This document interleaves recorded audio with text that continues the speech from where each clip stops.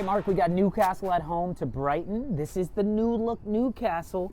The new, even without Trippier, without St. Maximin, they've been getting it done. Yes, a red card may have helped them, but I felt like they could have beat Brentford anyway. You know, Brentford always looks like they're playing with 10 men. They're always like running around trying to cover a spot, you know. It's just, I remember when I was singing their praises as a team that might stay up, might be the new Leeds, but there is no new Leeds. There's only one Leeds. And Brentford ain't it. And but Newcastle, man, they have not lost. If they draw or win this weekend, they will not have lost a match in 2 months. Woo. Now, and remember, back in October, we were like, oh yeah, they're going down. They're finally going down. Not this guy. Not this guy. I don't even know anymore. I'd have to check my predictions. The one I really missed on was I thought Crystal Palace was going to go down. No, they look solid. They're really We'll get solid. into that in a little bit. But Brighton, man, what's going on with Brighton? Because they were looking like, you know, just drawing their way into the top 10. And they were living up near the top 6 for a while. Yeah. But those wins have become draws, and those draws have become losses. Yeah. What's going on there? It's the finishing to me. I see it as this is. Fucking hate Neil Maupay. You know, they started out very, very well. They hung around in the top 6, top 7 for most of last year. The beginning of the season. But I think what happens now is, so now we're on the back half of the season, and we've seen all your tricks. We see what you do. We can break you down. We can break you down because you've become a little predictable. And I do want to say that this is, it's just kind of something that has always bugged me about Brighton, is that they become predictable. Newcastle, on the other hand, has not only changed management, but then also changed a number of players and getting them to do some different things. The player that I'm most, that comes to my mind, that has really participated in their turnaround, Dolan. He is loving this new system. Yeah. He is loving what's going on, and he's being used. There's just like this kind of like, movement, and he can find the creases, and he's getting the ball, and he's producing.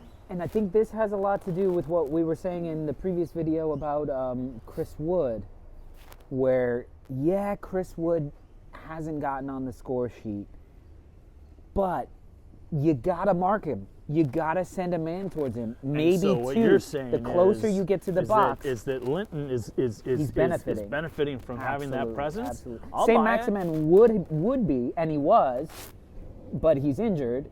He should be back either this week. I think they have a double game week. He should be back for this match. If not, he'll be back in the next one. But even Eddie Howe said he has to work his way back into the squad because we are playing so well right now. Yeah. But I think Chris Wood pulls players. He pulls defenders, creates an additional little inch of space, and Joel Linton is doing the work and finishing. Yeah. And he's putting in the work rate. Yeah, definitely. I think, the most attention that Chris Wood gets is in the same, kind of that same situation or scenario, set pieces.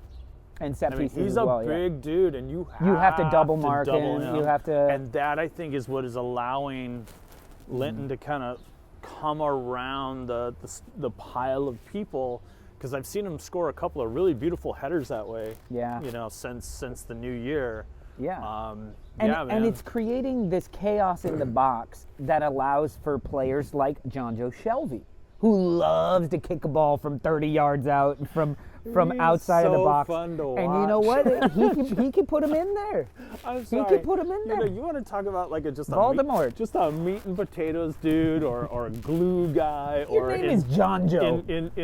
In basketball, they might call you a garbage man because you're just like scrapping for everything and you get your points. And those players are really fun to watch. And Jonjo Shelvey is so fucking And that's a name that the tunes out there, the Geordies, when they have a few pints, they have trouble saying that. Jojo. Jojo.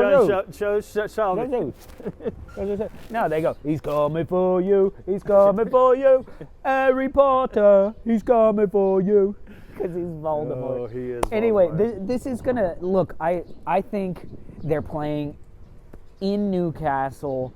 This place, the fan base, it's one of the biggest fan bases in the world. One of the craziest fan bases as well. We did that in the fan base show, where surprisingly enough, Newcastle was way up there towards the top of that table. Hey man, since new owners came in, that place has been rocking. They are getting behind them. And it's becoming a rockin' place. It's becoming the vibe there. So these two teams right now are playing on completely opposite vibes. Brighton is playing on this, whatever we can do, let's just not let them score. Now, they've got some excitement. Cucurella, I really like him for Spain. He's a lot of fun to watch. He's up and down the pitch, but he's doing fucking everything. Yeah.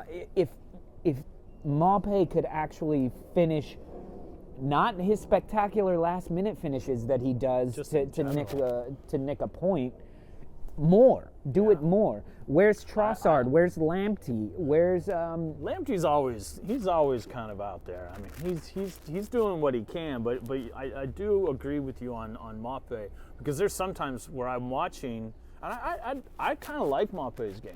I think he's a decent player, but the problem is he disappears a lot. You can't score 30 goals in the championship and then come up and score 5. I completely agree. But one of the things that I notice or see about Maupay is there's some days that he just doesn't want the ball. You know, he's like, yeah, I don't want that. He's a bit of a whinger, I would say. He's fucking complaining all the fucking time. If he doesn't get the ball, if he misses a shot, it's not his fault. So it's somebody else's fault. He's a Richarlison, but Richarlison is way more talented. I would put up with it longer with Richarlison. If he didn't have the Brazilian dive in his genes, I'd go for it. I do like the aggressive nature of Maupay a lot of times. I do like that the dude will do a bicycle kick any chance he gets, even though he may not make it. he's like training. He's like warming up on the side. They're like, put your head on it. Why did you do a fucking bicycle kick? Just put your head on it. Speaking of which, Danny Welbeck had a fucking clear header, and those are the ones where you're like, that's Welbeck goal. Yeah. Missed it by. He was like this close to the goal, and he missed it by like 6 yards. But listen, if they can finish, they can get a goal against Newcastle. So I think I'm going to give Brighton a goal here in this match. But I think Newcastle take it, and I'm calling 2-1.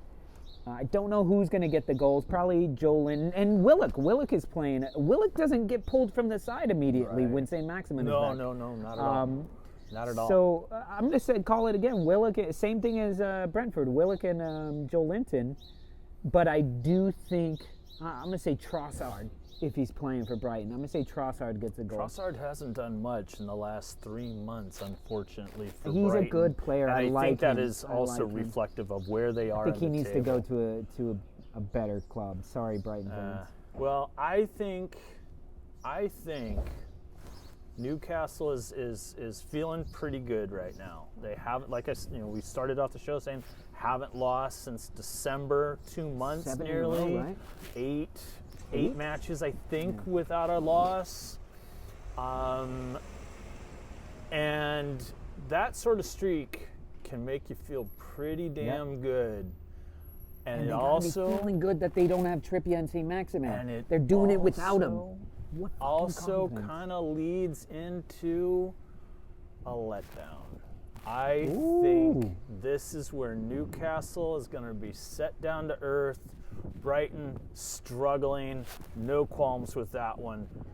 But they're still a very decent football team that if you take lightly will get you. And I think in this particular case, Newcastle's going to get got. And I'm going to flip the script.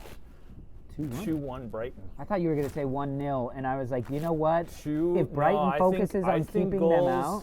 I think there's a couple of goals coming for Brighton, and I don't think Newcastle will be denied.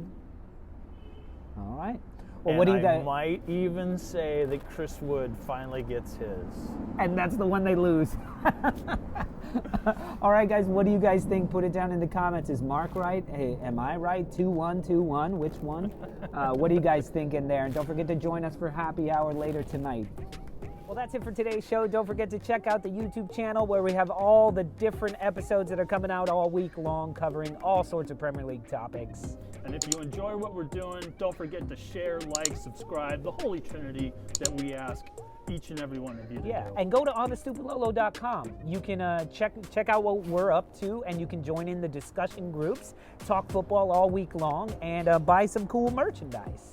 And if you want to be a part of the Stoop crew, you can join us Friday nights, 7 to 9 p.m. Eastern Time here in the States. Midnight in the sometime UK. across the pond, sometime for our friends out on the West Coast.